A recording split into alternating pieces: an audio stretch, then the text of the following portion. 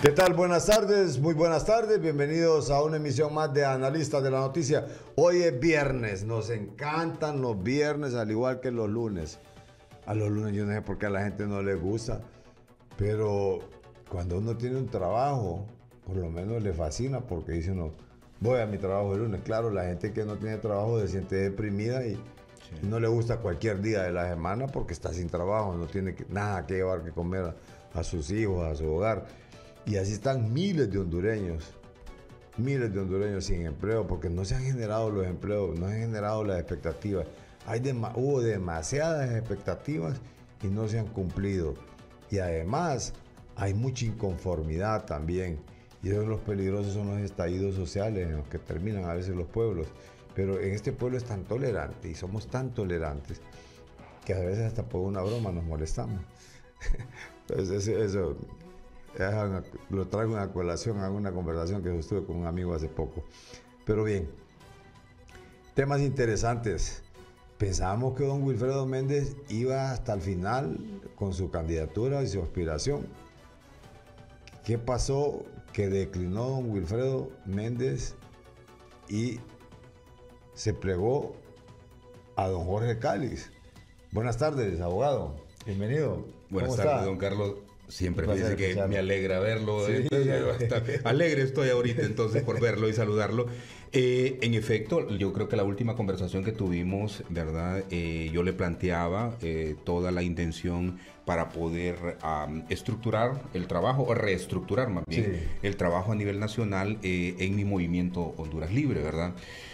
Sin embargo, licenciado, yo primero, el hecho de aspirar a la presidencia fue una propuesta de amigos. Usted sabe que estas cosas nacen así. Y uno, fíjese que cuando yo planteé la idea inicialmente... Es que uno no hay que lanzarse, lo tienen que lanzar en política. Fíjese que esa iniciativa primaria nació con el doctor Carlos Sosa Cuello, que usted conoce muy bien, y otro grupo de amigos, ¿verdad? El doctor Juan Almendares Bonilla, entre los grandes señores, pensando en que había que crear un movimiento dentro del Libre que fuese una propuesta política interna.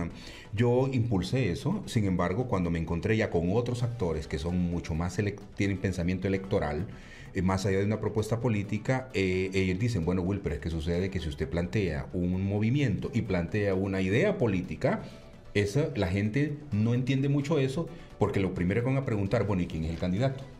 Entonces usted llega, mire que tenemos un proyecto político. ¿Y cómo funciona eso? O sea, ¿está en el aire, abstracto o qué? Entonces usted tiene que presentar una cara. Y la cara en aquel momento que se presentó fue la mía. Entonces, para impulsar el movimiento, creyendo que en el camino, pues yo no tengo por qué aferrarme a una candidatura, poder que otro participara. Sin embargo, los compañeros me mantuvieron como candidato en la elección primaria pasada. En esta ocasión, la idea era que tanta gente que nos apoyó y estructuras en los departamentos que no podíamos dejarlas de la mano. ¿Cómo hacíamos? Era la gran pregunta para poder de nuevo estos candidatos participar. Al final tomamos la decisión, licenciado Carlos. Primero dijimos, bueno, hay que seguir.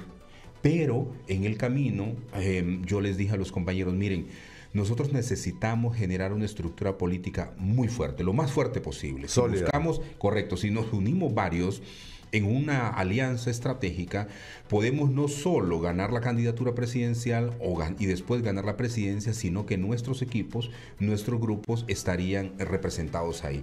Así es que en esas valoraciones consideramos que la propuesta de Jorge Calix, por sus ejecutorias, por su carácter, por su determinación, por su enfoque, se acercaba mucho a nuestra propuesta. Y tomamos la decisión finalmente de acompañar al abogado Jorge Calix en su precandidatura presidencial dentro del Partido Libre. Así es que ya estamos de nuevo con las estructuras. Este fin de semana vamos a tener una reunión para poder juntar esos esfuerzos y que podamos tener el éxito político necesario. ¿Cree que sea muy prematuro, a pesar de que quien hizo el banderillazo, que no es un banderillazo oficial, lo hizo la propia mandataria? Sí. Ella fue la que abrió la pesa en la cosa política. Sí, y desafortunadamente, digo desafortunado porque su principal labor es dedicarse al gobierno, ¿verdad? Sí. Pero ella también se subió a un barco de una candidata. Cuando ella misma dice, bueno, los que quieren dedicarse a política que renuncien. pero ella está perdiendo tiempo, si lo podemos decir de alguna forma, que debería de estar aprovechando para el gobierno, pero es su derecho, ella tiene su derecho legítimo de apoyar a quien ella quiera, pero debe concentrarse en el gobierno. Ahora, quien debe tener cuidado es el presidente Zelaya, porque él es el coordinador del partido y sigue cometiendo los mismos errores. Otra vez se está subiendo en el barco de un candidato, entonces eso genera una participación desigual, ¿verdad? De hecho, no sé si usted recuerda que en algún momento dijo que el candidato idóneo era Héctor Zelaya. Se ha estado manejando, y mire, es que en el ambiente, licenciado Carlos, en el ambiente hay como un temor a que se instaure aquí una dictadura, como llaman algunos, tipo Nicaragua. Ese es el miedo que algunos tienen. Yo creo que en ese sentido fue una de las jugadas, para decirlo así, del presidente Zelaya presentar a la abogada Rixi Moncada como candidata de la familia Castro Zelaya o del melismo, para poder bajar esos temores que existían de esa posibilidad. Sin embargo, está latente esa posibilidad. Algunos mencionan que eso podría ser tanto la reelección... Que está prestando, haciendo el cupo nada más. Correcto. Para el momento indicado. Eso dicen. Tanto la reelección como el hecho de que uno de los hijos del presidente participe. Pero fíjese, don Carlos, que a mí me llama muchísimo la atención un fenómeno. Y es que yo siempre creí, por la capacidad que el presidente Zelaya tiene de estratega político y además del cariño de la gente, que el candidato que él bendijera, ese iba a ser el candidato que la gente iba a seguir. Y lo que nos estamos dando cuenta es que la propuesta de la abogada Rixi no ha pegado como ellos han querido. Sí, eso por un lado, es que no es tan, o sea, no sé si es la palabra correcta que puedes usar, pero de repente creo que la desconocen en varios a nivel nacional, es decir, o sea, que no tiene trabajo de base, a eso me refiero. Eso por un lado. Lo otro, no sé si andará haciendo eso, pero generalmente cuando usted avala a un candidato oficial, difícilmente se queda el candidato oficial. ¿Por qué? Por el desgaste que va sufriendo un gobierno. Pero ¿no cree que son campañas prematuras lo que se ha estado dando en todos estos momentos? Sí. Mire, en mi experiencia, licenciado Carlos, usted tiene que recorrer todo el país. Mire usted cómo va. Ahorita en julio van a entregar ya todo el censo de los que participan, ¿verdad? A los partidos políticos. En septiembre se hace el llamado a las elecciones, que son en marzo del otro año. Así es. Pero usted, si es dirigente de un movimiento y tiene una candidatura presidencial, tiene que entregar planillas al partido en noviembre. Está hablando de al menos 200 municipios del país, ¿verdad?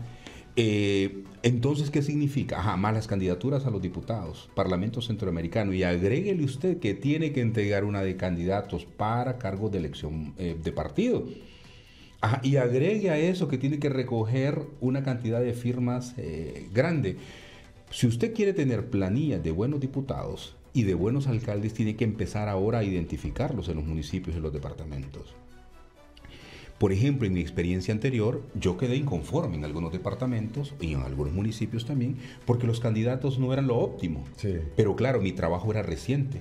Por eso yo he decidido hacer una pausa, por lo menos presidencial, y concentrarme en la candidatura de Jorge Cálix, que déjeme decirle que yo asumo la jefatura de campaña del abogado Jorge Cálix, ¿verdad? El jefe de campaña. El jefe de campaña. Entonces eso es bueno que a través de analistas de la noticia la gente sepa que vamos a asumir, estamos ya asumiendo, ahorita en la tarde voy a una segunda reunión, porque recuerde que este anuncio, el que estamos viendo acá, fue hecho el martes. Sí. Entonces me ha quedado muy poco tiempo y luego usted sabe que la prensa, pues hay que estar en contacto con ustedes, que es la forma de comunicarse con la gente.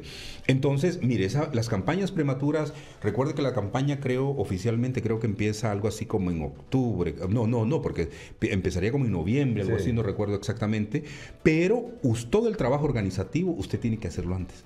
Si no hace un trabajo organizativo, presenta malos candidatos, no logra las metas que tiene que tener. Y hay que seleccionar también la gente, que hay que cuidarle las mesas. Ese es otro trabajo, mire, es que es un trabajo enorme. Por eso participar en una elección primaria a veces es más difícil que participar en una elección general. Desgastante, ¿no? Económicamente y de todo tipo, ¿no? Correcto. Ahora bien, ¿cuáles son las expectativas? Jorge Cálix, nadie puede negarle su militancia, al igual que la suya, y que se ha tratado de desprestigiar o descalificar por parte del sector oficial. porque hay temor en Jorge Calix, ven un temor, ven que no se ha doblegado a las cosas principalmente del oficialismo. Ha sido un duro crítico también de su propio, del gobierno de su propio partido. Correcto. Esto decía el doctor Elio Girón ayer que no le abonaba a don Jorge Calix. Luego decía que usted tampoco era una de las personas que más bien le había ido a levantar la mano a don Gianni Rosenthal y bueno, hizo un montón de críticas en relación alrededor de la candidatura de don Jorge Calix. Y precisamente más cuando le insertamos este video en el cual usted nos está anunciando que va a ser el nuevo jefe o será el jefe oficial de campaña de don Jorge Calix, que me parece que no es por nada, que me parece que es una acertada decisión la que ha tomado. Mucho.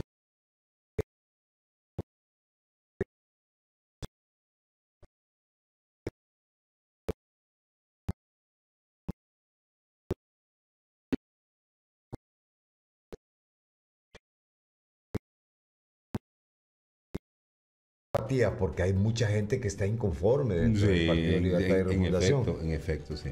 Entonces, eso genera simpatía. Mire, don Carlos, que viendo acá, ya se me miran las arruguitas acá, mire. Sí. No en vano pasan los años, ¿verdad? No. Ya estoy viendo ahí, sí. Sí, pero eso es importante. Fíjate. No, yo soy feliz con mi edad. La historia, sí, y hay que envejecer. Perdonen a la audiencia, pero es que aquí me miré. Hay que envejecer con elegancia, claro, con un amigo. O sea, correcto. Y con mucha dignidad, más que todo. Claro. Y entonces, por ese camino. Pero sí, usted mencionaba este tema del ataque a Jorge, ¿verdad?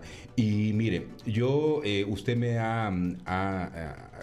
yo coincido más bien con su análisis en razón de que ¿por qué atacar tanto a un candidato, verdad? ¿Cuál es el asunto ahí? ¿Pretender detenerlo, desprestigiarlo? ¿Eso solo le causa el miedo? No, es que cuando critica mucho a alguien es que usted carece de ese tipo de cosas. De lo que critica ya. Sí, de lo que usted critica. Escucha, veamos a don Jorge Calix. Tenemos un problema de expectativas. El pueblo hondureño votó por la refundación y todavía la sigue esperando. Yo siempre interpreté como refundación una Honduras distinta, una Honduras democrática y una Honduras de oportunidades. Cuando en campaña hablábamos de refundación, yo pensé en respeto a las instituciones, en el imperio de la ley, pensé en seguridad jurídica, en creación de empleos, en atracción de capitales extranjeros, en aprovechar el nearshoring y los 60.000 millones de dólares que salieron de China para traer inversión a Honduras. Seguimos esperando.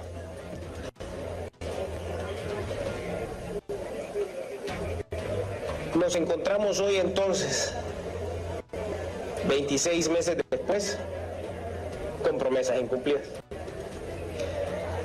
Se avanzó en algunas cosas, sí, ya lo hemos dicho, pero no lo suficiente. Las promesas, 26 meses después, con promesas incumplidas.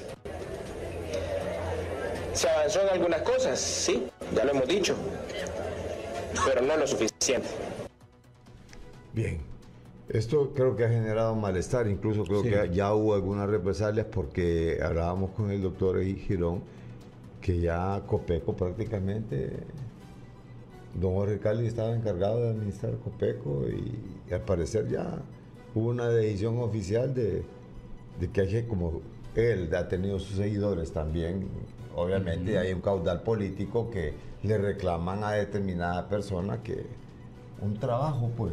Sí. Entonces, ¿qué pasa? Ya ha habido movimientos dentro de Libertad y Refundación que ha habido represalias en relación al diputado Jorge Calix con este tipo de señalamientos que le hace al gobierno.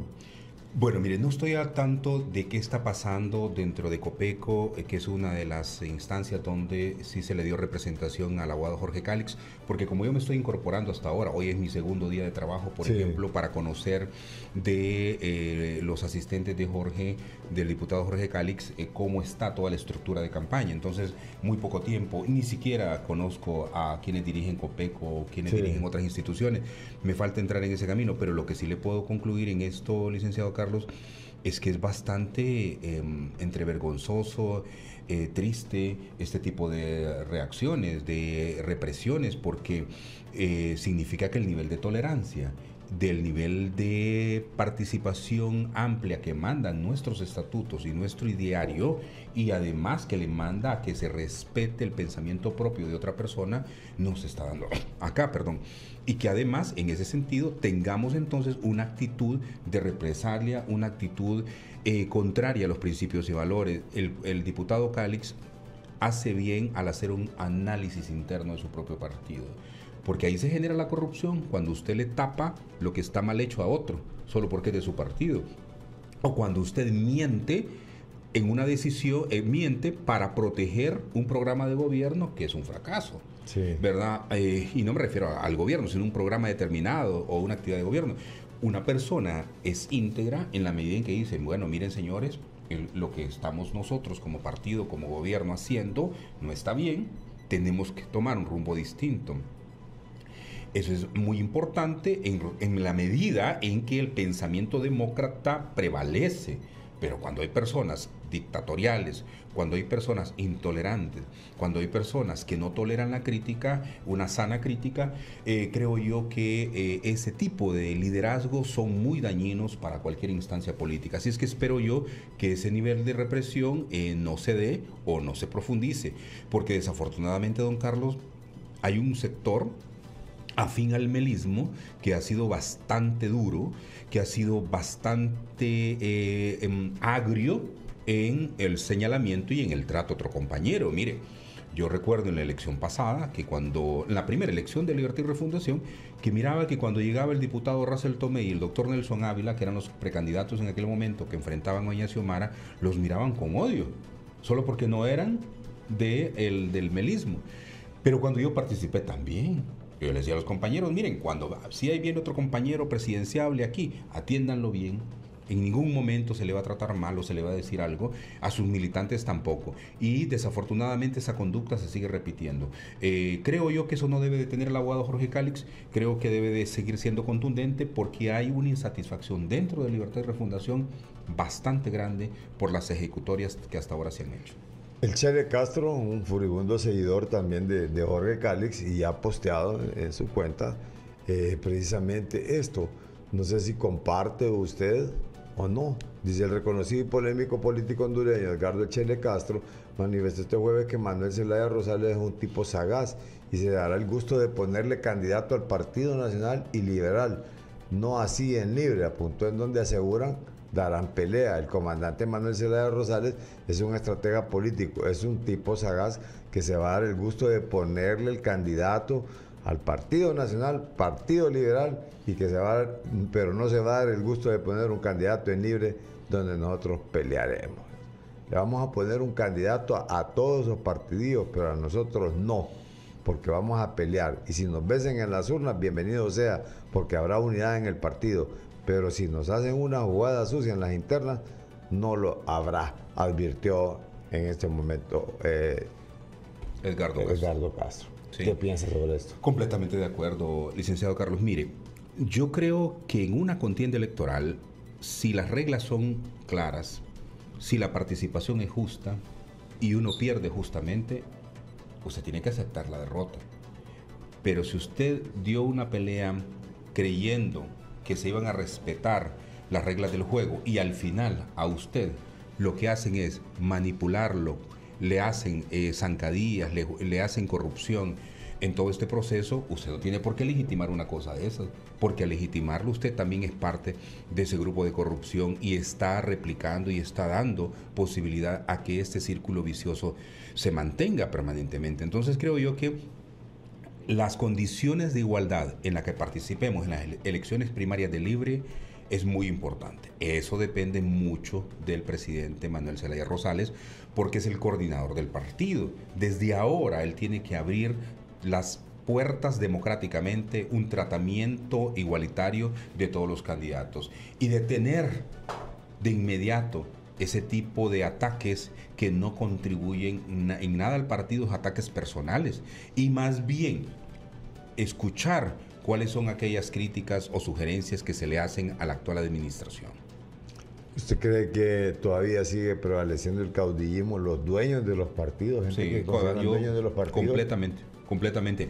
Mire, y sabe que es lo más triste, licenciado, sí, que en este país aparecen partidos, se crean partidos ya con dueños desde su nacimiento. Entonces eso lógicamente ya tiene un sello y hay gente que se la cree. No se puede competir para la coordinación del partido, la dirección del partido, porque ya usted lo excluyen, lo marginan o lo atacan. Y hay que entender que los partidos políticos son instituciones públicas.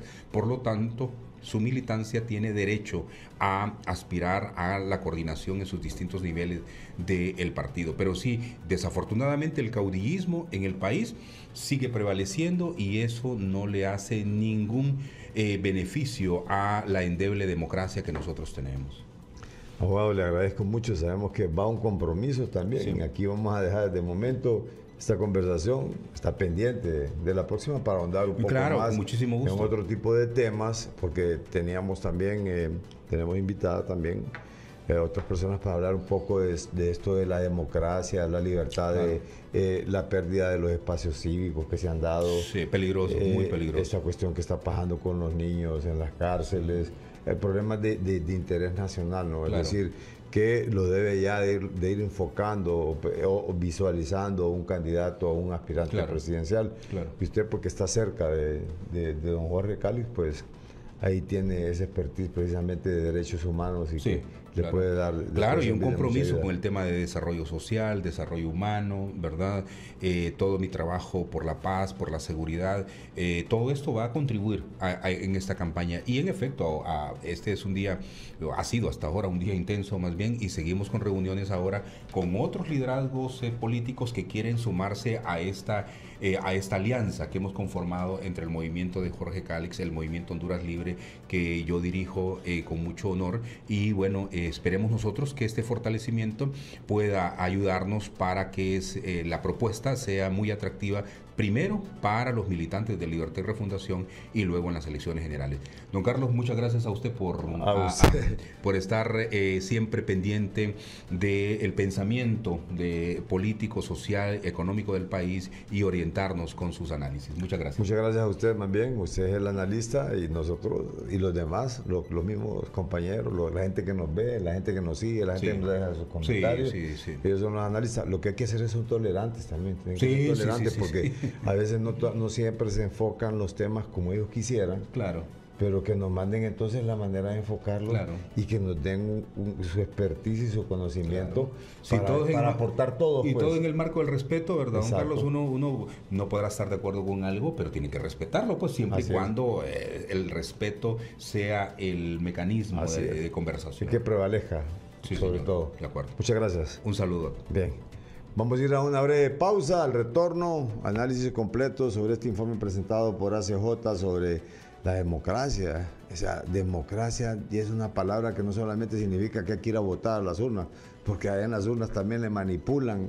Esa democracia la manipulan. No, la democracia es todo un concepto y toda una forma de vivencia y todo un sistema. Al retorno.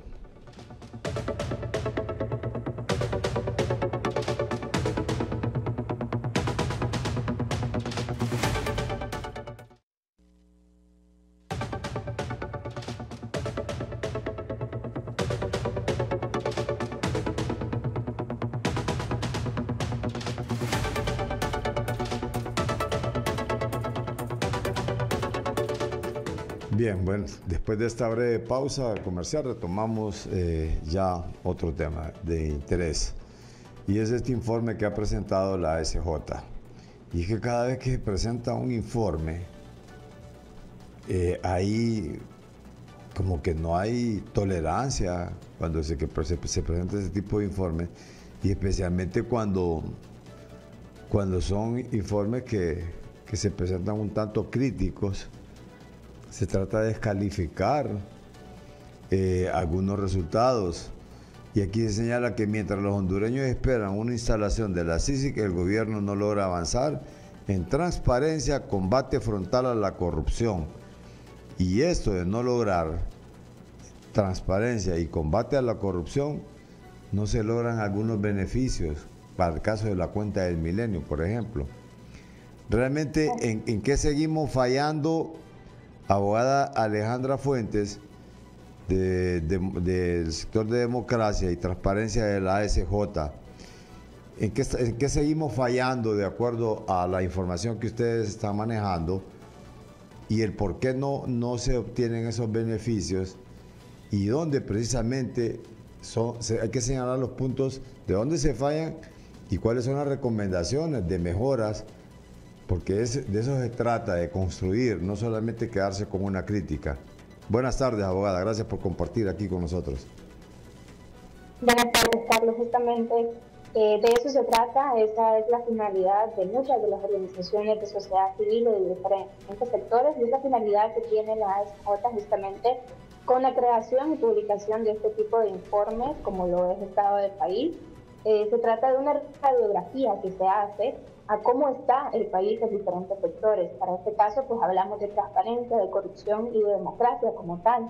La idea es identificar cuáles son esas barreras, esos obstáculos que están impidiendo que se pueda, pues, mejorar la situación del país en este sector específicamente. Y aquí antes, para iniciar antes de los datos, justamente mencionarle y retomar lo que usted mencionaba. Cuando yo voy al doctor y el doctor me dice que yo estoy enfermo, que tengo un problema, no debo de enojarme por el doctor por darme ese diagnóstico, sino que tengo que buscar hacia adentro, hacia mis hábitos y mis costumbres, qué es lo que estoy haciendo mal para que el deterioro de mi salud sea tan grave, ¿no? Lo mismo debería hacer el Estado, no enojarse con quienes sacamos estas radiografías, sino que revisar cuáles son esas acciones que están, pues, dejando en mal al país en los diferentes sectores, ¿no? Dicho esto, pues más puntualmente en cuanto a su pregunta, ¿qué es lo que está fallando en cuanto a democracia y el combate a la corrupción? Mencionarles que se trata de dos factores importantes. El primero es el tema de la voluntad política. La democracia en el país, pues después del ejercicio electoral que tuvimos en 2021, pues se vio fortalecida por esa participación masiva que tuvo la ciudadanía. Sin embargo, después de esas elecciones, hemos visto cómo se está también debilitando el tema democrático en el país. Esto lo podemos identificar fácilmente con lo sucedido con el Congreso Nacional, el cual es el primer poder del Estado, en donde se ve más reflejado este ejercicio democrático que debe de realizarse para la toma de decisiones. Sin embargo, durante el año 2023 hemos visto un Congreso Nacional que pues principalmente presenta una baja productividad legislativa. Solo se seleccionaron 43 días de 103 días posibles. Se presentaron 367 proyectos de ley, pero solo 88 fueron enviados a comisión y solo 72 fueron aprobados. Y pues vemos un Congreso Nacional que incluso en comisiones tiene una productividad que se refleja en 7.42%. Se enviaron 795 proyectos de ley desde 2022, enero de 2022 a mayo de 2023, y solo 59 tuvieron un dictamen. Entonces vemos cómo la productividad legislativa del Congreso, pues lógicamente no es coherente. Esto porque no hay acuerdos, todos vimos y todos fuimos testigos de la parálisis que se generó en el año 2023, que evidencia pues que no existe una práctica democrática que permita llegar a acuerdos y a tomar de decisiones.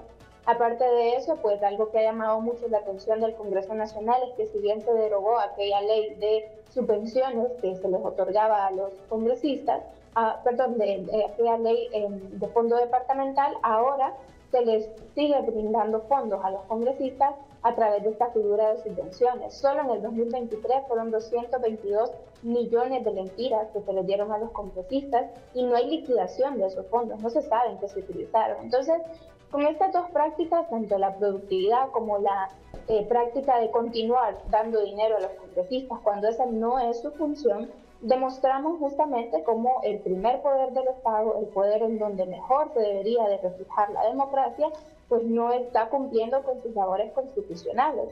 Y esta fragilidad o este deterioro a la democracia no solamente lo denotamos nosotros como miembros de organizaciones de sociedad civil, sino que también pues índices internacionales que no son elaborados por la SJ, sino que son elaborados por otras instituciones con respetable credibilidad, también nos demuestran que estamos mal en democracia. Para ir cerrando esta intervención, pues mencionar justamente dentro de estos índices, por ejemplo, el índice de The Economist, que nos puntuó para este año, teníamos 5.15 de puntuación y este año 2023 tenemos 4.98, estamos bajando. De 10 posibles puntos solo tenemos 4.98. El índice de The World Justice Project, en este índice pues nos mantenemos con 0.41. Aquí la máxima calificación es 1 punto y tenemos 0.41.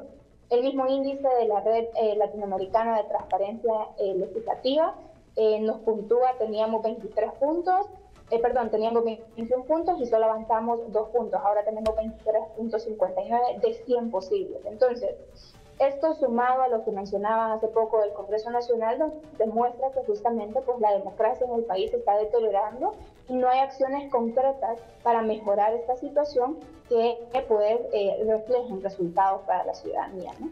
Y en estas demandas activas en contra del Estado, a ver si nos dejan ubicada ahí la gráfica, en esas demandas activas en contra del Estado,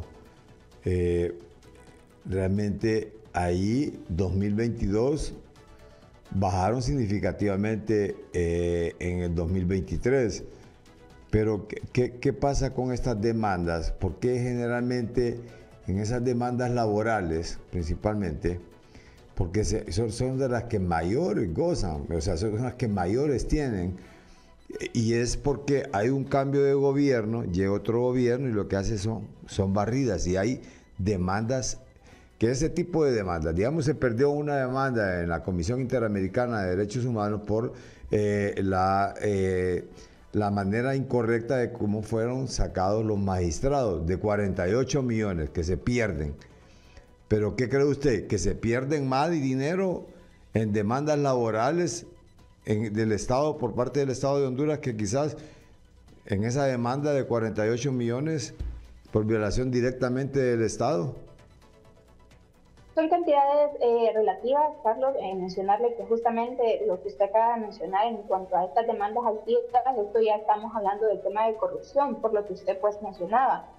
Muchas veces, y es una práctica que no solo ha pasado con este gobierno, sino que con diferentes gobiernos, cada vez que llega un gobierno nuevo, se corre a la gente, se saca a la gente de sus puestos sin un debido proceso. Si se quiere pues quitar a una persona de un puesto por X o Y razón, pues está bien, están en su derecho, pero hay un debido proceso en hacerlo y nunca se respeta ese debido proceso. Por eso podemos ver que en 2022 fueron cerca de 4.000 demandas en contra del Estado, en su mayoría demandas laborales, que al final lo que representan no solamente es un costo porque se le tiene que pagar a estas personas sus derechos laborales y por todos los beneficios que se dejan de percibir y por demás procedimientos, sino que también significa que el aparato estatal, el aparato de justicia del Estado está ocupado llevando a cabo la ejecución de estos juicios. Significa que tenemos un poder judicial que tiene una mora terriblemente alta porque tenemos nosotros mismos la responsabilidad de cumplirle a estas personas que están con estas demandas, en vez de tener al Poder Judicial trabajando en otros tipos de casos que necesitan mayor atención. Para el 2023 estas demandas bajaron, quedamos cerca de 3.000 demandas, sin embargo todavía es un número bastante alto, que significa obviamente que se siguen cometiendo estos actos de corrupción porque no se sigue un debido proceso, porque hay nepotismo, porque hay clientelismo. Comparar las cantidades pues probablemente no sean las mismas, no haya un punto de comparación exacto. Sin embargo, lo importante aquí es que denotemos que no existe por parte del aparato estatal esa voluntad de apegarse a lo que ya establece la ley. Se trata justamente de respetar el ordenamiento jurídico y no hay ningún tipo de indicio que nos permita ver que los y las funcionarias actuales, ni las pasadas tampoco, quieren hacer respetar la ley, sino que cada quien quiere hacer lo que quiere, como quiere, y de esa manera, pues, lógicamente, estamos incurriendo en delitos de corrupción, abuso de autoridad, Y también estamos debilitando la democracia, porque entonces, ¿para qué tenemos leyes si no las vamos a respetar, ¿no? Entonces, yo más allá de la comparación, lo que sí vería es que de una u otra manera siempre se irrespeta la ley y las consecuencias quienes las asumimos somos los ciudadanos. Fíjese que, y esto hay que, en honor a la verdad y al balance, esto ha sido un bala atávico en contra de de los fondos del Estado, que al final de cuentas los pagamos nosotros con los impuestos. Pagamos esa gran cantidad de demandas y que se transmiten o se transforman en actos de corrupción, en actos de irresponsabilidad que debería de recaer en personas que están manejando la cosa pública, que administran la cosa pública, porque esto es atávico el mal. Entra un liberal y barrida, escoba roja. Entra un cachureco, escoba azul. Entra un Libertad y Refundación, escoba rojo y negro. Y no les importan, no hay el debido respeto. Se lo digo porque todos los partidos políticos han usado eso. Y todos los partidos políticos son los responsables de que demanden al Estado porque no respetan el debido proceso. Si usted ya sabe que no va a tener a aquella persona porque no es de su partido y no comparte, y usted tiene una exigencia política, porque hay una exigencia política de sus simpatizantes, de sus seguidores y de qué sé yo, hay compromisos y que lo atienden a través de la cosa pública, a través de una chamba, a través de aquellos activistas que pegaron afiches, a través de mucha gente que el Estado que el Estado la ha venido preparando en algunos casos y que ese recurso humano lo pierden. En vez de aprovechar un partido, el recurso humano que tiene otro partido, ponen gente que no tiene la capacidad, y eso también es un atraso en la administración pública. Por un lado. Lo otro es fijo que las demandas no prosperan porque como el ente que está encargado de que esas demandas prosperen está en manos del partido de gobierno, no dejan que sencillamente prosperen. ¿Y eso qué repercute? Que se acumule más bien esa demanda. Y como decía, una falsa promesa que hizo don Porfirio Lobo una vez, que le consultamos, dice, si ganarle al Estado es como pegarle a un bolo. Pero voy a poner un bufete de abogados que defiendan directamente al Estado y que se encarguen de eso para que el Estado no pierda. Mentira, no lo cumplió.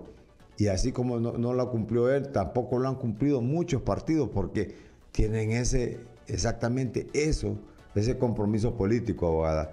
Y ahí es donde caemos en la irresponsabilidad y caemos en que no les importa, pues, o sea, se ganó, pero no se importa que se pague del Estado o no se pague y que se acumule y que al final de cuentas se pagan salarios caídos. Como dice usted, se atrasan otros lugares de la justicia que debería estar centrada más en impartimiento de justicia que quizás perdiendo tiempo en ese tipo de casos. Totalmente de acuerdo, Carlos, se trata justamente de eso. De acuerdo en lo que usted mencionaba, realmente cada jefe, cada secretario de Estado que llegue a las secretarías tiene la posibilidad de contratar o de despedir a las personas que considere que pues, no tienen la capacidad o que por X o Y razón pues, no considera que deben de continuar en ese tipo de trabajo. Eso es indiscutible, que tiene ese derecho y se puede realizar sin ningún problema. Sin embargo, el problema es el debido proceso. El problema es cuando se despide sin una causa justificada que ya están estipuladas en el Código del Trabajo de Honduras. Entonces, es una práctica que, como usted lo menciona, nosotros lo reiteramos, no solamente se ha dado en este gobierno, se ha dado en todos los gobiernos presididos por cualquiera de los partidos políticos. Sin embargo, esto tampoco es justificación, es decir, no porque algo se esté haciendo durante X cantidad de tiempo significa que está bien, significa que lo podemos seguir haciendo, por el contrario, significa que si ya identificamos esa falla, si ya sabemos que esta es una práctica que se realiza comúnmente, la responsabilidad de los nuevos liderazgos debería de ser erradicar en su totalidad este tipo de prácticas. Claramente es algo difícil porque es un problema estructural, un problema sistemático, pero se debe de comenzar por algún tipo de inicio justamente, ¿no? Y este gobierno, pues su bandera de lucha fue justamente la lucha contra la corrupción, y esperábamos entonces ver que este tipo de prácticas disminuyeran o se erradicaran totalmente. Sin embargo, pues la sorpresa que como ciudadanos nos hemos llevado es que pues se continúan realizando estas prácticas y no se tiene ningún tipo de voluntad en cambiarlas, ¿no? Lo mismo pasa con lo que mencionaba anteriormente, el tema del Congreso Nacional. Antes era un fondo departamental, se criticó mucho por los actuales funcionarios, se eliminó en efecto, y eso es algo que reconocemos, pero ahora son subvenciones. Entonces es lo mismo, solo que le cambiamos el nombre. No se trata de eso. El tema de la ley de secretos se eliminó, lo reconocemos, estamos muy contentos con eso, pero vemos como ahora hay un decreto con el cual se mantienen en secretividad las negociaciones del Estado con otras organizaciones internacionales o con otros estados. Entonces solamente le estamos cambiando el nombre a las cosas, pero las prácticas siguen siendo las mismas. Estamos, en vez de continuar, avanzar, nos estamos quedando estancados o incluso estamos retrocediendo. Y obviamente eso lleva a una desilusión para la ciudadanía como tal, que pues empieza a sentir que la democracia realmente no está funcionando y obviamente pues conlleva bastantes consecuencias negativas como tal. Fíjese que es algo interesante lo que plantea, porque se elimina una y se hace una gran fiesta, pues por decirlo ahí, todos los hondureños dijimos, bueno, por fin van a eliminar eso, esa cuestión de secretividad, pero de repente desaparecen las licitaciones y aparecen las compras directas. Entonces, ahí es donde se dice, y el índice de transparencia, o sea, ¿por qué desaparece una licitación y aparece una compra directa? Que eso genera demasiada suspicacia. Se entrega un proyecto a X persona para que lo administre con las potestades de todo tipo, de contrataciones, no importan los valores, no importa, es decir, se pierden todos los procesos que se pudo haber conseguido y obtenido, se caen portales de transparencia, no funcionan los portales de transparencia de algunas instituciones, no importa, o sea, no les interesa, al parecer que esto nos hace ver ante el mundo y tener un reflejo de cómo se ve la democracia, la transparencia y cuál es el índice de percepción de nuestro país a nivel mundial. Esas son las repercusiones y esa ausencia donde dice, aquí hay una que ha colocado nuestro productor donde ha querido que le demos seguimiento, dice, percepción del uso del poder público para enriquecimiento personal se mantuvo igual al año 2022. ¿Qué significa esto, abogada? Totalmente de acuerdo en lo que yo mencionaba, estamos quedándonos estancados o incluso retrocediendo en cuanto justamente a esta lucha contra la corrupción, ese tipo de abusos por autoridades que al final son corrupción como tal. Y nosotros nos gusta siempre hacer ese balance, Carlos, y usted lo mencionaba ahorita en el tema de información, de acceso a la información. El Instituto de Acceso a la Información en el 2023 respondió 8.650 solicitudes de información. Ese es el porcentaje más alto que se ha respondido incluso desde 2015. Entonces eso es muy bueno, lo resaltamos y estamos pues justamente felicitando a que se pueda tener mayor acceso a la información. Eso es muy bueno. Sin embargo, vemos, y usted lo menciona, cómo tuvimos un portal de transparencia que se cayó desde diciembre del año pasado y que vino a poder estar en línea otra vez hasta febrero, 28 de febrero de este año. No hubo portal de transparencia. El sistema de acceso a información también se cayó y hasta el 15 de enero de este año pudimos volver a hacer solicitudes de información. Y esto quizás no solo es atinente al Instituto de Acceso a la Información, sino que también a los recursos que se le están dando al Instituto de Acceso a la Información para cumplir con esta tarea. El Instituto de Acceso a la Información es de las instituciones que menos recursos presupuestarios tiene. Y nosotros conversábamos con algunos de los de las personas autorizadas en el Instituto de Acceso a la Información y decían es que todavía no podemos poner el portal en línea porque no tenemos dónde conectar los servidores, porque no hay enchufe. Entonces, ¿cómo es posible que un Estado que está tratando de luchar contra la corrupción, que está buscando más transparencia, no tenga en funcionamiento un portal de transparencia porque hicieron una mudanza y no tienen dónde conectar las máquinas? Estamos hablando de una era en la cual, o sea, estamos retrasados millones y millones de años. Entonces se trata justamente de que no vemos por parte del Estado, por parte del Congreso, por parte de los poderes, del Poder Ejecutivo, esa voluntad de decir, bueno, el Instituto de Acceso a la Información es clave para la lucha contra la corrupción, porque me da a mí transparencia, porque me permite que los ciudadanos fiscalicen qué se está haciendo con el dinero, qué se está haciendo con los recursos. No puedo yo dejar a este instituto con un presupuesto tan bajo a manera de que no pueda cumplir con sus funciones, porque entonces se trata de limitar de una u otra manera el acceso a la información. Lo mismo pasó en noviembre, diciembre del año pasado, como que, y usted retomaba el tema de las compras directas.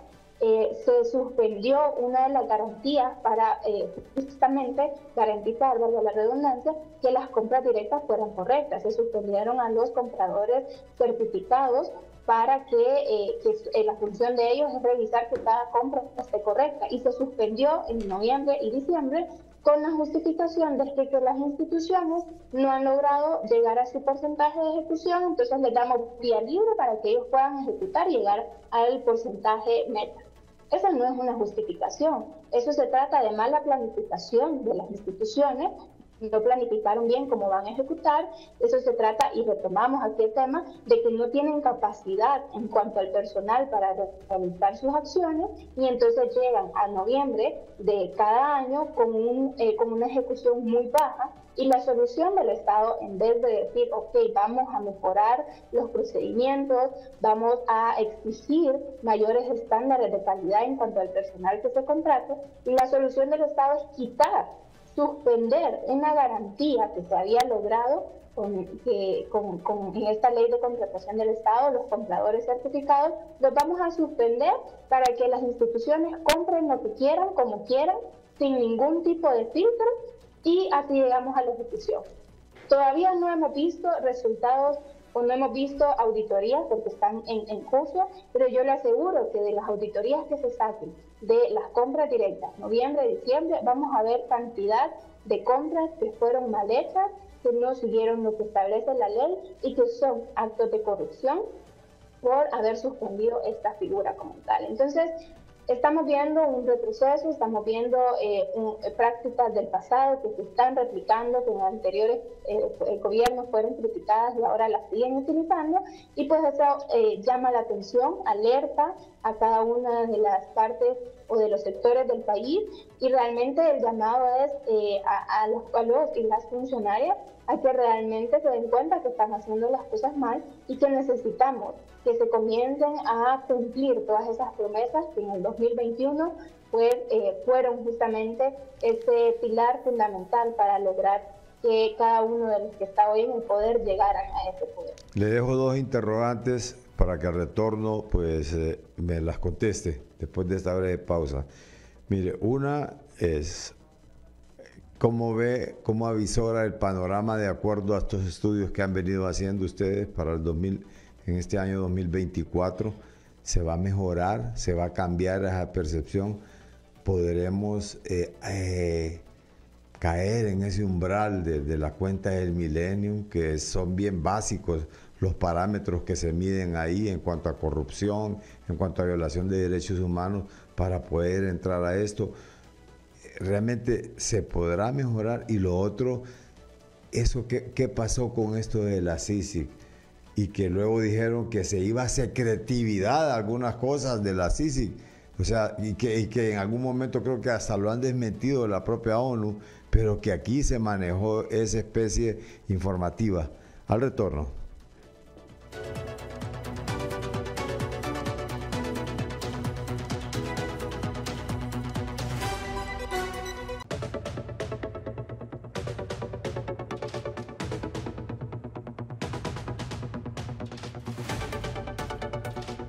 Bien, retomamos este diálogo con la abogada Alejandra Fuentes. Ella es jefe de la Unidad de Democracia y Transparencia de la ACJ. Abogada, esas interrogantes que han quedado, ¿qué nos puede decir al respecto? Claro, muchas gracias, Carlos. Mire, ¿cómo avisoramos nosotros el panorama o el futuro para 2025 y 2026? Quisiéramos ser optimistas y decir que se puede cambiar todo y que podemos mejorarlo. Sin embargo, también creemos que hay que ser realistas y identificar justamente esas causas que pueden llevarnos a continuar en este estancamiento o incluso a retroceder. ¿Existen posibilidades de mejorar? Claro que sí, solo se necesita esa voluntad política, no solo de los congresistas, sino de cada uno de los funcionarios, de cada uno de los poderes del Estado. Sin embargo, es preocupante y es a manera de alerta, como nosotros lo estamos manejando, el hecho de que ya estamos en un año electoral, Carlos. En septiembre ya se inicia la convocatoria de elecciones y creo que todos hemos visto cómo las campañas políticas prematuras ya comenzaron y la mayoría de funcionarios que tienen aspiraciones políticas están ya haciendo una campaña política y quienes no tienen la aspiración política están apoyando ya a sus líderes como tal. Hace poco pasaba justamente por la rotonda de la Hacienda y miraba un gran cartel ya de un político haciendo campaña. En redes sociales la campaña no ha terminado desde que se entró al nuevo gobierno. Políticos ya están haciendo esas campañas y lo que preocupa aquí entonces no es el hecho de que se está haciendo prematuro, es el hecho de que se está dejando de lado muchos temas importantes para comenzar ya con las campañas políticas y todavía falta tiempo incluso, ¿no? Vemos como el Congreso Nacional, a pesar de que superó esta parálisis y ahora sí hay sesiones, en agenda se tratan temas cosméticos, temas que únicamente son necesarios o son relevantes para ciertos sectores o que tienen una relevancia menor. Sin embargo, no hemos visto todavía en agenda el tema de las reformas electorales. El tiempo se nos está acabando y necesitamos las reformas electorales, pero no están en agenda. No hemos visto, y usted lo mencionaba, y aquí voy a hacer esta relación, las reformas que está pidiendo las Naciones Unidas para la instalación de la CICI. Entonces, el panorama no es el mejor, no es el que esperáramos, no vemos cómo se puede milagrosamente salir de esta situación. Se puede salir con trabajo, con voluntad política y con estas relaciones interinstitucionales que son necesarias para la participación ciudadana. Para ello es necesario que los y las funcionarias, en vez de atacar a cada organización, a cada persona, a cada sector que está mostrando estas radiografías, empiece a trabajar con ellos y con todos los sectores del país para lograr planes de trabajo, para lograr estrategias que permitan poco a poco avanzar, tanto en transparencia, en democracia y en la lucha contra la corrupción. Sí. Preocupa mucho, con esto termino nada más para no dejar la interrogante vacía, el tema de la CICI que se mencionaba. Ya desde 2022 que se firmó el memorándum, no hemos visto avances sustanciosos, se han hecho las derogaciones, y lo mencionaba al inicio, de ciertos decretos, pero se crean otras figuras. Ahora la CICI es un secreto, porque ahora nos dicen que no se va a revelar nada y que es secreto porque son negociaciones importantes. Pero entonces, si se va a tratar en secreto, ¿qué es lo que se tiene miedo de relevar? De mandar a lo público? ¿Qué se tiene miedo de qué se está haciendo? Entonces realmente no hay CICI, no tenemos CICI instalada, que fue la mayor promesa de campaña. Ya vamos a un nuevo periodo electoral y ahora es secreto la CICI. Entonces, en definitiva, creo que eso nos tiene que dejar a nosotros como ciudadanos una reflexión bien importante de que se trata de justamente tener más conciencia de quiénes vamos a nosotros poner en el poder. Porque como este periodo electoral y como otros periodos electorales nos han mentido y tenemos entonces que tomar acción. Los relevos generacionales son importantes y tenemos que involucrarnos más en la vida política del país para mejorar esta situación. Significa que no hay cuenta de milenio también. Así es. Realmente con lo de la cuenta del milenio no hay esperanzas muy alentadoras para decir que sí vamos a acceder esta vez. El tema referente a la corrupción realmente necesita subir muchísimo, y en vez de mejorar este tema contra la corrupción, vemos cómo se continúan en las mismas prácticas que años anteriores. Las fiscalías anticorrupción, a pesar de que fueron fortalecidas el año pasado por el Congreso Nacional, continúan siendo muy bajos sus resultados. En el 2023 se recibieron 1.637 denuncias por corrupción, pero solo se obtuvieron 11 sentencias condenatorias. De 1.637 denuncias, 11 sentencias condenatorias. Eso significa que son productivas en 0.67, o sea, ni siquiera 1%, 0.67% de productividad tienen las fiscalías anticorrupción. Con estos índices es muy difícil pensar que vamos a poder acceder al tema de la cuenta de milenio u a otros beneficios que se ofrecen a países que sí demuestran una lucha contra la corrupción. Me parece contradictorio y me parece, no hay cómo definir esto, de que lo de la CICIG se convierte en un secreto de Estado, fíjese. Eso no lo puedo entender yo, porque si usted está llamando, estaba buscando, prometió combatir la corrupción, lo menos que se puede hacer es darle a conocer al pueblo hondureño qué es lo que va a hacer con esto, cuáles son las intenciones. Pero más bien, no sé, me estoy pensando que lo que se está tratando es de proteger a determinado sector al momento de irse. ¿Cuándo se instalará la CICIG? La interrogante que se hacen ustedes. ¿Cuándo se instalará la CICIG? ¿O es secreto de Estado? O sea, y además, ¿bajo qué condiciones viene la CICIG?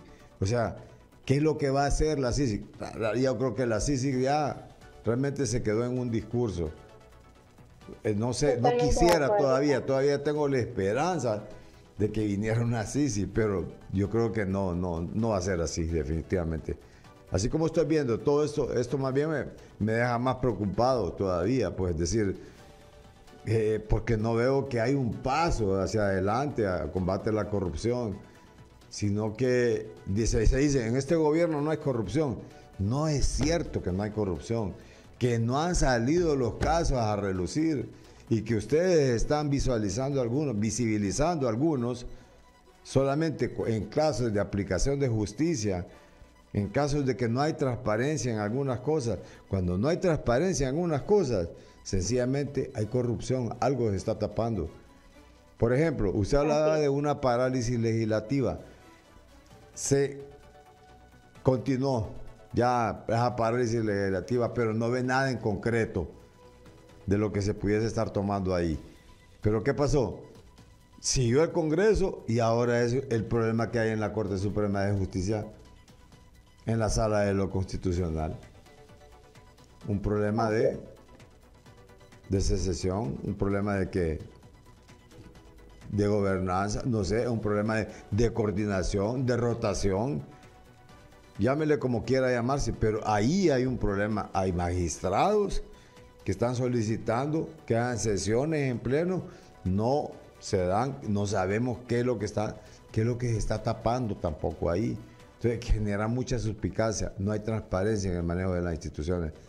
Porque usted señala, el Congreso continúa, pero ahora hay este problema en la Corte Suprema. Y luego que me señala que este 0.75% en la aplicabilidad de la justicia, eso es cero. O sea, eso ni siquiera uno. O sea, ni siquiera uno. Es increíble.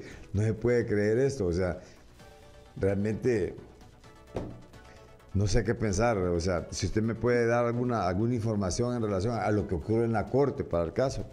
¿Por qué no se da ese tipo de... ¿Por qué no se convoca el pleno? ¿Por qué no se sigue el orden que se ha dado en cuanto a la coordinación de las salas? Así es, Carlos, preocupante, usted lo menciona y lo señala bastante bien. Se superó de alguna manera u otra la crisis en el Congreso Nacional, no sabemos bajo qué negociaciones porque también son secretas, pero se superó, ya hay sesiones, pero ahora la parálisis es en el Poder Judicial, por una mala práctica, por no continuar, y lo decía al inicio, por no hacer caso a lo que la ley tiene, a lo que la ley dice, porque se quiere hacer lo que se quiere, lo que yo quiero hacer, sin respetar a nadie. Entonces, ¿para qué tenemos leyes si se va a hacer lo que cada quien quiera hacerlo, ¿no? Y esto, Carlos, hay que entenderlo como esa falta de separación de los poderes. que repercute en la democracia como tal.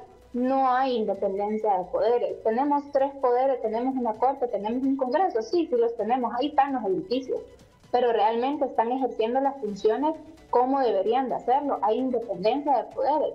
Es muy difícil decir que existe una independencia de poderes cuando vemos que el Congreso Nacional se paraliza porque no se tienen acuerdos que son políticos, no se tienen beneficios políticos. Se paraliza la Corte, ¿por qué? Porque no se tienen acuerdos, porque no se sigue la ley, porque se está buscando un interés particular, un interés partidario. Y eso también lo podemos ver, Carlos, esta falta de independencia de los poderes, de irrespeto que se está dando a los poderes, precisamente desde el Poder Ejecutivo, o lamentablemente desde el Poder Ejecutivo, también lo podemos ver con el estado de excepción. El estado de excepción es una medida que se trata de implementar cuando hay una emergencia nacional. Y vemos como el estado de excepción en Honduras lleva más de un año y tiene un procedimiento para implementarlo. O sea, para que yo le diga a usted, Carlos, vamos a estar en estado de excepción, es porque tiene que haber un procedimiento. Primero se hace el paso A, B y C. Y el estado de excepción se ha estado implementando sin ratificaciones del Congreso Nacional. O sea, no se respeta lo que diga el Congreso Nacional. Yo, Poder Ejecutivo, me interpongo y no me importa si el Congreso Nacional dice sí o no, yo lo voy a interponer. Y tampoco se está respetando el Poder Judicial, porque esta es una función del Poder Judicial y no se está respetando. Yo, Poder Ejecutivo, me interpongo ante las funciones del Poder Judicial y yo decido cuándo voy a detener a alguien y cuándo no lo voy a hacer. Entonces, lo mismo, este ejemplo que vemos en el estado de excepción, que se está interponiendo el Poder Ejecutivo sin respetar los otros 2 poderes que son complementarios e independientes, es lo que sucede o es la práctica que se está dando para que no funcionen estos otros poderes, y al final esto es un debilitamiento, un golpe directo a la cara de la democracia como tal. Entonces realmente se trata de esa voluntad política. Lo de la CICI, usted lo mencionaba muy bien, es desesperador saber que ahora va a ser un secreto de Estado. Nosotros nos preguntábamos incluso, es que es secreto, pero también es secreto para ellos, saber cuándo la van a poder implementar, porque ni ellos saben cuándo se va a poder implementar, no se sabe cuándo vamos a poder. Es una utopía la CICI ya prácticamente. Es muy complicado decir que vamos a tener la CICI. El mismo Edmundo Orellana, el abogado Edmundo Orellana, mencionó que ya no va a haber CICI durante este periodo de gobierno. No se han visto avances. Nosotros justamente el martes 9 tenemos una presentación para ver cuáles son esos grandes avances que se protegen o que se dice que se tienen, pero que realmente en torno a lo que menciona el memorándum de entendimiento no hay avances, y explicar de manera más concisa a la ciudadanía dónde están esos obstáculos, esas trabas para que se pueda implementar, para que se pueda instalar la CICI. Ahí mencionamos justamente cuáles son esos obstáculos, cuántos días llevamos sin CICI y por qué nosotros creemos que ya es muy difícil pensar en que vamos a tener una CICI durante este gobierno. Es una promesa que no se ha cumplido y que no se cumplirá al menos durante este periodo de gobierno. Hacemos un repaso ya prácticamente con las conclusiones de este estudio que ustedes hicieron, valga la redundancia, para ir concluyendo también nuestro programa de este viernes. ¿Qué nos puede decir en relación a las conclusiones, abogada? Bueno, mire, estamos hablando de que hay una democracia. Creo que durante todo este tiempo hemos podido identificar que existe una democracia que se está deteriorando, una democracia que no ha sido fortalecida, sino que por el contrario se está atacando más fuertemente esta democracia. La parálisis tanto en el Congreso Nacional como en el Poder Ejecutivo, la imposición en el Poder Judicial, la imposición del Poder Ejecutivo demuestra que se está vulnerando la democracia, se está vulnerando el Estado de Derecho, se está irrespetando la ley, y eso únicamente nos llevará a un camino en donde las consecuencias sean graves para los ciudadanos. Eso se traduce en mayores índices de migración, en mayores índices de violencia. Eso se traduce en situaciones penosas y lamentables para cada uno de los ciudadanos. Vimos también un retroceso en el área de transparencia y de acceso a la información con la caída de los sistemas del EIP. No se ha visto mayor impulso al EIP, mayor asignación de recursos o mayor fortalecimiento al acceso a la información. Por el contrario, vemos cómo ahora negociaciones del Estado van a ser secretas sin tener una justificación alguna. Y todo esto pues nos lleva a mencionar y establecer justamente que el combate a la corrupción sigue estancado, sigue estando en pausa y estamos a nada de irnos a retrocesos en el combate a la corrupción. No existe un verdadero combate a la corrupción, que fue la bandera de lucha de este gobierno y que lamentablemente pues no se ha cumplido. Es necesario, Carlos, como recomendaciones, porque como usted lo mencionaba al inicio, no se trata nada más de criticar, se trata también de aportar desde la perspectiva de cada uno de nosotros. Es necesario fortalecer la democracia, es necesario que haya independencia de los poderes, no exista esa intromisión de los poderes, sino que sean independientes. Es urgente que se mejoren las herramientas y técnicas presupuestarias para cada una de las instituciones que son de combate a la corrupción, el Instituto de Acceso a la Información, el Tribunal Superior de Cuentas, tienen que fortalecerse para que tengamos mecanismos adecuados para combatir la corrupción y pues que se creen todas aquellos, o se sigan todas aquellas recomendaciones para la instalación de la CICI, para acceder a cuentas del milenio, para acceder a mejores beneficios. El llamado es precisamente a los funcionarios y funcionarias a que reflexionen, se den cuenta que viene ya un proceso político y que los ciudadanos hemos estado viendo. Los jóvenes, que somos una gran fuerza electoral, estamos cansados de tener gobiernos que únicamente nos dicen qué vamos a hacer y no lo cumplen. Entonces, si realmente quieren continuar en el poder, tienen que cumplir sus promesas, tienen que reflexionar y tienen que demostrar que sí tienen esa capacidad para estar en el gobierno. De lo contrario, los jóvenes, los ciudadanos y todas las fuerzas políticas que vamos a esas elecciones, vamos a utilizar ese voto de castigo y vamos a empezar a colocar a otras figuras que quizás no hayan estado ya en estos puestos o otros relevos generacionales, dando la oportunidad de que exista una mejora, porque realmente vemos más de lo mismo, vemos las mismas prácticas y es necesario que como ciudadanos nos empecemos a involucrar para mejorar y para poder cambiar la situación del país. Sí, nosotros le agregaríamos que más bien el estado del país, combate a la corrupción, no en pausa, sino que en estado de letargo permanente. Muchas gracias, abogada. Buenas tardes. Muchas gracias a usted. Buenas tardes. Muy amable. La abogada Alejandra Fuentes, de Democracia y Transparencia de la ASJ. Hasta aquí, Analistas de la Noticia. Buenas tardes.